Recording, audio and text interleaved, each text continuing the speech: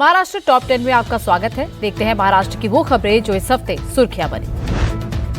महाराष्ट्र में स्वास्थ्य सेवाओं को और प्रभावी बनाने के लिए मुख्यमंत्री देवेंद्र फडणवीस ने बड़ा कदम उठाया है। सरकार ने मुख्यमंत्री चिकित्सा सहायता कोष के लिए नया ऑनलाइन पोर्टल लॉन्च किया है और कहा कि इस प्लेटफॉर्म के जरिए अलग अलग स्वास्थ्य योजनाओं को एक साथ जोड़ा जाएगा, जिससे मरीजों, अस्पतालों और सरकार के बीच समन्वय और तेज होगा। राज्य में पहली बार इस पूरी प्रक्रिया के लिए वॉर रूम भी स्थापित किया जाएगा। राज्य के 3000 से ज्यादा अस्पताल पोर्टल से जुड़े हैं।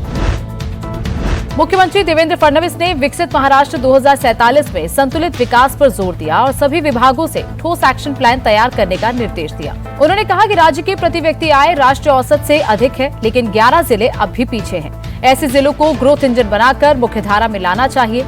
इसके लिए 10 आकांक्षी जिले और 174 आकांक्षी तालुके चिन्हित किए गए हैं। मुख्यमंत्री ने ईज ऑफ डूइंग बिजनेस को बेहतर करने और निजी निवेश बढ़ाने पर भी जोर दिया।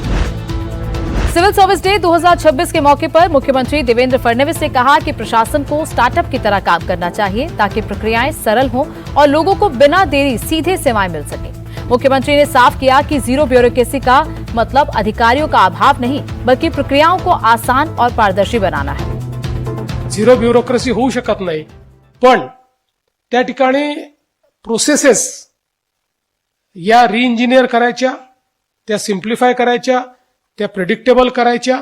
जो एलिजिबल आहे त्याला सेवा प्राप्त झाली पाहिजे।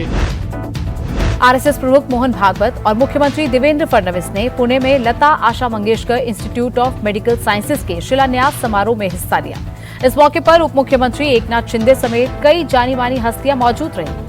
मुख्यमंत्री ने कहा कि मंगेशकर परिवार ने संगीत के साथ साथ समाज सेवा की भी एक मजबूत परंपरा बनाई है और उसी विरासत को आगे बढ़ाते हुए यह संस्थान अत्याधुनिक सुविधाओं के साथ समग्र स्वास्थ्य सेवाएं प्रदान करेगा।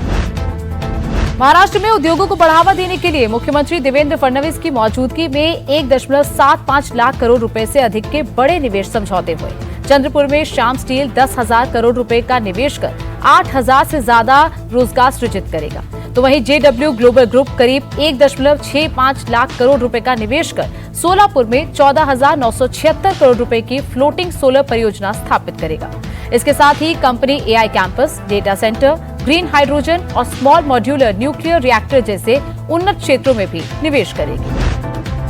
25 जुलाई को होने वाले आषाढ़ी एकादशी महोत्सव को भव्य बनाने में महाराष्ट्र सरकार जुट गई है। सीएम फडणवीस ने तैयारियों को लेकर समीक्षा बैठक की और संत ज्ञानेश्वर और संत तुकाराम महाराज की पालकी मार्गों पर वारकरी श्रद्धालुओं को बेहतर सुविधाएं देने के निर्देश दिए। मुख्यमंत्री ने पंढरपुर विकास योजना के कामों में तेजी लाने, पालकी ठहराव स्थलों पर व्यवस्थाएं सुनिश्चित करने पर जोर दिया। करीब 1303 करोड़ रुपए की लागत से दोनों पालकी मार्गों पर विकास कार्य किए जा रहे हैं, जिनमें से अधिकांश काम पूरे हो चुके हैं। गर्मियों में बिजली की बढ़ती डिमांड को देखते हुए मुख्यमंत्री देवेंद्र फडणवीस ने बैठक की और बिजली सप्लाई सुनिश्चित करने के लिए प्रोडक्शन, ट्रांसमिशन और डिस्ट्रीब्यूशन पॉलिसी को और मजबूत करने के निर्देश दिए। उन्होंने कहा कि गर्मी और मानसून को देखते हुए सभी जरूरी तैयारियां पूरी की जाएं। उन्होंने AI की मदद से बिजली प्रबंधन, प्रिडिक्टिव मेंटेनेंस और आपातकालीन स्थितियों से जल्द निपटने की क्षमता को मजबूत बनाने पर जोर दिया। सड़क सुरक्षा महाराष्ट्र सरकार की प्राथमिकता है। इसी दिशा में Maharashtra state road transport corporation के प्रचार और सड़क सुरक्षा अभियान को बढ़ावा देने के लिए अभिनेता रितेश देशमुख को गुडविल एम्बेसडर नियुक्त किया गया है। मंत्रालय में आयोजित कार्यक्रम में मुख्यमंत्री देवेंद्र फडणवीस और उप मुख्यमंत्री एकनाथ शिंदे ने उन्हें नियुक्ति पत्र सौंपा।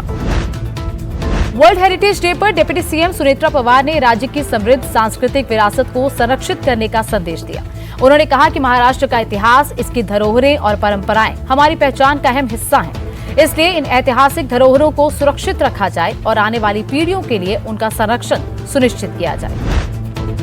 महाराष्ट्र सरकार के सूचना एवं जनसंपर्क महानिदेशालय ने 1 दिवसीय women media and technology workshop का आयोजन किया है।